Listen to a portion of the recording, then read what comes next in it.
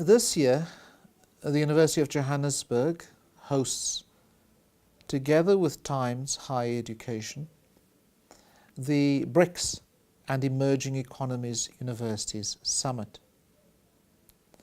These are important opportunities for us to reflect on a number of issues, in particular for us to reflect on the significance of universities at this time, in particular for BRICS and emerging economies and nations.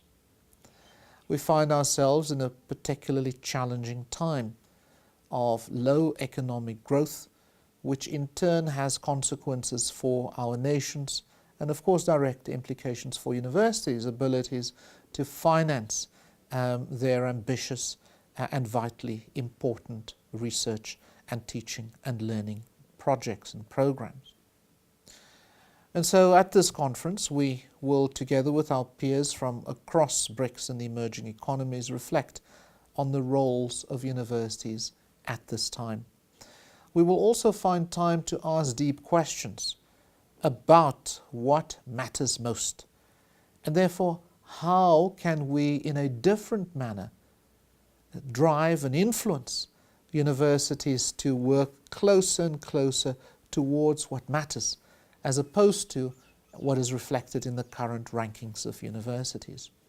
And so we will indeed also find time to ask questions about how do we therefore measure what matters, in particular in this time for BRICS and emerging economy universities.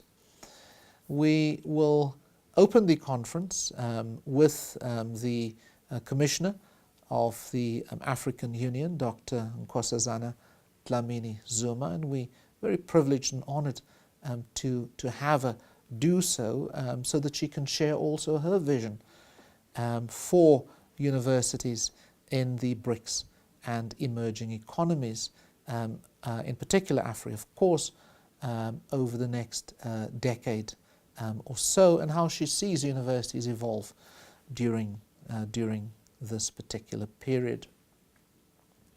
The keynote speaker on this occasion, again, it's a great honor for us to host Wallace Soyinka, the first African to receive a Nobel laureate, in this instance for literature, and we do expect him to offer some striking and robust remarks on this occasion.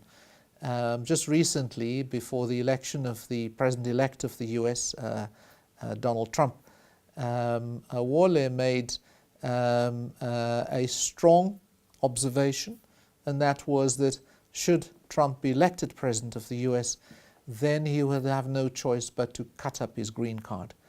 And so we do expect that he will pull no punches as he reflects on the meaning of universities in BRICS and in the emerging economies. And so we have a stellar group of speakers and contributors, and we hope that this will be a landmark conference on the journey of all of our BRICS and emerging economies universities. And we look forward to hosting our guests from across the world come the 30th of November through to the 2nd of December. The University of Johannesburg. Rethink, reinvent.